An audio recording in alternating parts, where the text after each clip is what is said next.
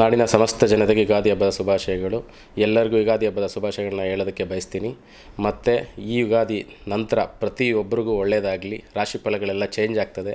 ಹಂಗಾಗಿ ಪ್ರತಿಯೊಬ್ಬರಿಗೂ ಬಿಸ್ನೆಸ್ಸಲ್ಲಿ ಮತ್ತು ಅವರು ಮಾಡ್ತಕ್ಕಂಥ ಕೆಲಸ ಕಾರ್ಯಗಳಲ್ಲಿ ಒಳ್ಳೆಯದಾಗಲಿ, ಸಕ್ಸಸ್ನ ಕಾಣಲಿ ಅಂತ ಹೇಳೋದಕ್ಕೆ ಇಷ್ಟಪಡ್ತೀನಿ. ಮತ್ತೊಮ್ಮೆ ಮಗದೊಮ್ಮೆ ಯುಗಾದಿ ಹಬ್ಬದ ಶುಭಾಶಯಗಳು.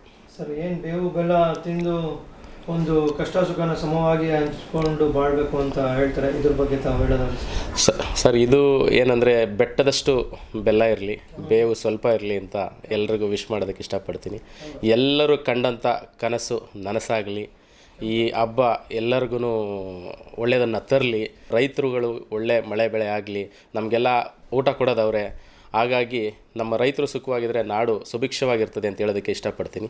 Thank you very much. ಹಾಗೆ ತಾವೊಬ್ಬರು ಉದ್ಯಮಿ, ಉದ್ಯಮಿಯಾಗಿ ಇವತ್ತು ಉದ್ಯೋಗ ತುಂಬ ಸಂಕಷ್ಟದ ರಿಯಲ್ ಎಸ್ಟೇಟ್ ಉದ್ಯಮ. ಸೊ ಅದ್ರ ಬಗ್ಗೆ ಸರ್ಕಾರಕ್ಕೆ ಒಂದು ಅಡ್ವೈಸ್ ಕೊಡೋದಾದ್ರೆ ತಾವೇನು ಕೊಡೋಕ್ಕೆ ಇಷ್ಟಪಡ್ತೀರಾ? ಈ ಖಾತದ್ದು ತುಂಬ ಪ್ರಾಬ್ಲಮ್ ಆಗಿದೆ. ದಯಮಾಡಿ ನಮಗೆ ಈ ಖಾತೆಗಳನ್ನೆಲ್ಲ ಫಾಸ್ಟಾಗಿ ಮಾಡಿಕೊಟ್ರೆ, ಮುಂಚೆ ಏನಿತ್ತೋ ಯಥಾಸ್ಥಿತಿ ಕಾಪಾಡಿದ್ರೆ ನಾವೆಲ್ಲರೂ ಆರಾಮಾಗಿರ್ತೀವಿ ಅನ್ನೋದಕ್ಕೆ ಹೇಳೋದಕ್ಕೆ ಇಷ್ಟಪಡ್ತೀನಿ.